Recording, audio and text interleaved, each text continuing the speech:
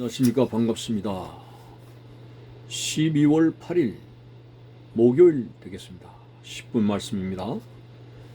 누가복음 13장 34절과 35절입니다.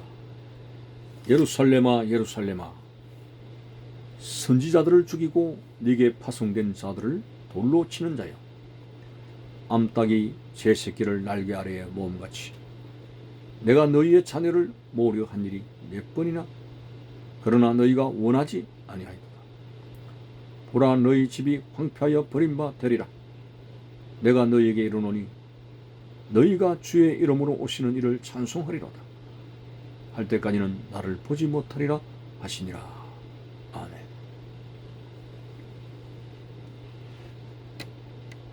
예수님께서 왜 이 땅에 오셨습니까?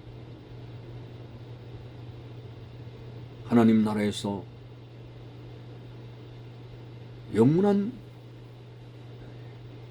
행복과 영광 속에 계셔야 될 분이 왜 이 땅에 오셨습니까?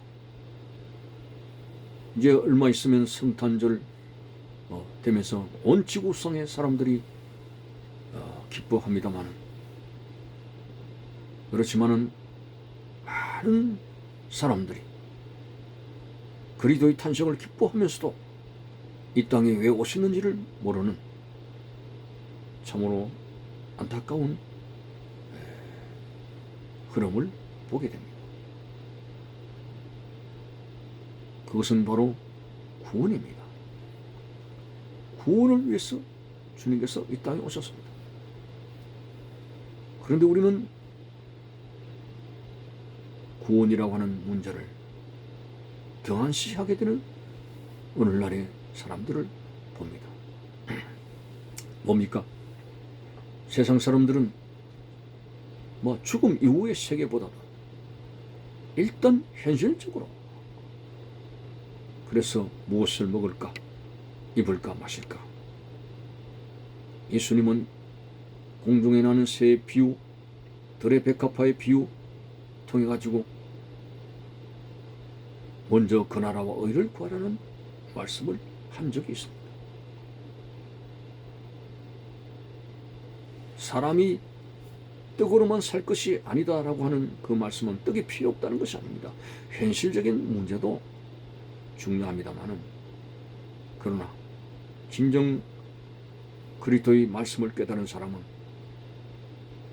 현실이 나의 육신적인 타락의 욕구를 채우기 위한 삶의 현장이 아니라 그 현실이 오히려 하나님 나라를 실현할 수 있는 훈련 도장이요, 하나님의 나라를 가기 위한 그런 삶의 연습을 하는 것이지, 현실에 치우쳐서 구원을 부정하는 것은 대단히 잘못된 것입니다.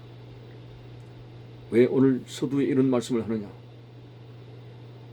유대인들을 향해서, 종교 지도자를 향해서 참으로 예수님께서 자신의 민족이 아니겠습니까? 예수님도 유대인입니다. 그 유대 민족을 먼저 감싸려고 얼마나 예수님께서 애를 썼습니까? 그렇지만은 그 땅에 오신 예수님을 너무나 문전박대했던 그들, 오늘 본문의 말씀입니다. 예루살렘아 예루살렘아 선지자들을 죽이고 네게 파송된 자들을 돌로 치는 자여, 암탉이 제 새끼를 날개 아래에 모음같이 내가 너희의 자녀를 모으려 한 일이 몇 번이냐. 그러나 너희가 원치 아니하리라. 그렇습니다. 하나님께서는 선지자를 통해서 구약시대에 계속적으로 말씀을 하셨지만은 구약의 역사를 보게 될 때 그들은 쉽게 우상에 기울어지고 타락을 하고 하나님의 은혜를 저버리는 길을 걸어갔습니다. 그럼에도 불구하고 하나님은 그들을 계속적으로 사랑하시고 용서하시고 받아들이려고 하는 그런 순환적인 역사가 바로 이스라엘 역사입니다. 그 배경 성경을 예로 드는 것이죠.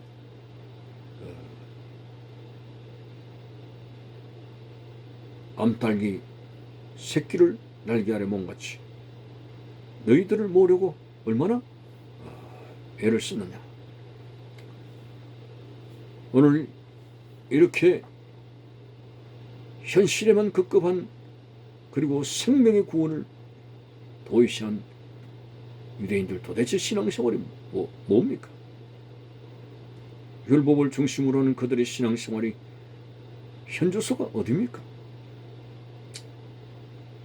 참 안타깝기 그지없습니다. 오늘 지금은 많은 유대인들이 회심하고 자기들이 죽였던 예수를 구세주라고 받아들이는 회심하는 일들이 많이 나타나고 있다고 합니다. 어쨌든 오늘 우리가 신앙생활을 하는 가운데 있어서 가장 중요한 것은 생명의 구원입니다. 그리고 그 구원주는 예수입니다. 그래서 우리는 내가 길이요 진리요 생명이니 나로 말미암지 않고는 아버지께로 올 자가 아무도 없다고 하신 말씀대로 천국 가는 길은 바로 예수님이기 때문에, 한마디로 세상적인 말로 좀 표현하면 죽자 사자 우리는 예수를 잘 믿으려고 해야 되는 것이 인생의 중대한 관건이 되는 것입니다. 그래야 오늘 육신의 낡은 옷을 벗어버리게 될 때에 가장 절실하게 필요한 것은 그때는 돈도 세상의 부귀 영화도 아닙니다. 누가복음의 부자와 거지 나사로의 사건에서 한날 한시에 그들이 죽었습니다만 부자가 죽고 난 이후에 뭐가 필요했습니까? 엄부에 떨어지게 됐을 때 그에게 필요한 것이 뭐겠습니까? 아무것도 세상인 것은 없습니다. 거지 나사로가 아브라함의 품에 안겨지게 된 것은 하나님을 향한 신앙만큼 고귀한 것은 없다고 하는 것입니다. 오늘 예수 그리스도의 피, 십자가에서 우리를 대속하시기 위해서 죽으신 예수님의 대속의 죽음, 이것을 열심히 바라보고 다시 오실 주님 앞에 설 수 있는 유일한 통로가 회개의 생활을 통해서 날마다 골고다의 피로 신씻음을 받는 생활이라고 하는 사실을 알고서 요즘 복잡단안합니다. 그렇지만은 목자 되신 주님께서 이 어수선하고 혼돈한 세상 속에서 우리의 구원의 길을 허지부지하게 인도하시는 것이 아닙니다. 우리의 마음이 허지부지할 뿐입니다. 오늘 세상의 문화, 흐름, 정치적인 여러 가지 복잡한 이슈 이런 것 때문에 우리의 마음이 흔들릴 뿐이지, 우리의 마음이 어수선할 뿐이지, 우리를 선택하시고 우리의 갈 길을 인도하시는 목자 되신 주님의 마음은 변치 않습니다.